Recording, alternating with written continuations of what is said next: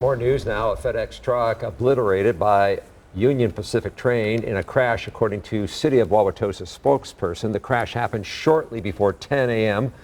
at the railroad crossing at Walnut Street. Now, that's near the city's Department of Public Works building. The city says the FedEx truck was crossing the tracks into the DPW's parking lot when that train crashed into the truck. The driver of the FedEx truck is recovering from minor injuries, and no one aboard the train was injured.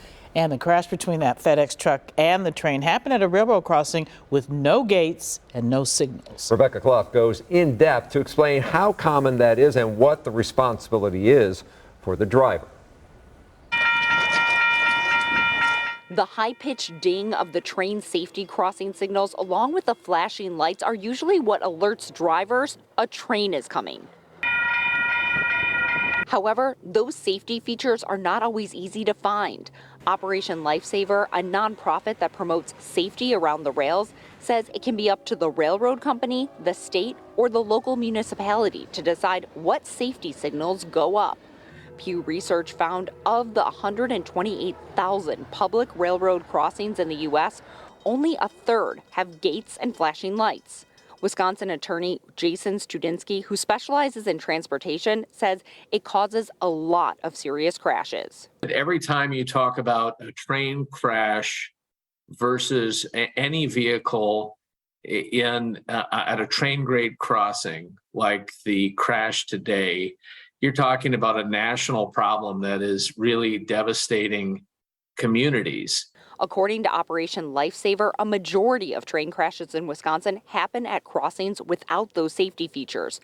They're called passive crossings. Last year, we had 40 train crashes, and the majority of the crossings, Wisconsin has over 4,000 crossings in the state of Wisconsin, and 2/3 of those crashes happen at passive crossings. Studinski says because of the licenses granted to truck drivers, they are typically required to take extra precautions around railroad crossings to make sure it's clear.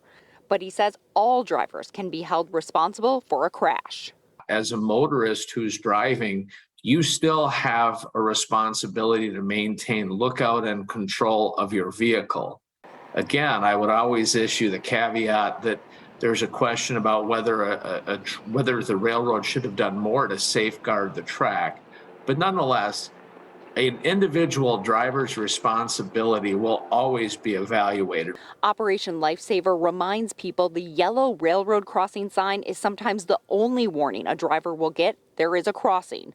So when you see that sign, slow down and never try to beat a train. So there's nothing there, no lights, no gates.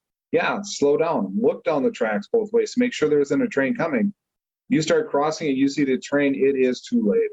Operation Lifesaver reminds people it's dangerous and illegal to drive around any railroad safety gates or flashing red signals. The same is true if you're a pedestrian or a bicyclist. Reporting in Wauwatosa, Rebecca Clough, TMJ4 News.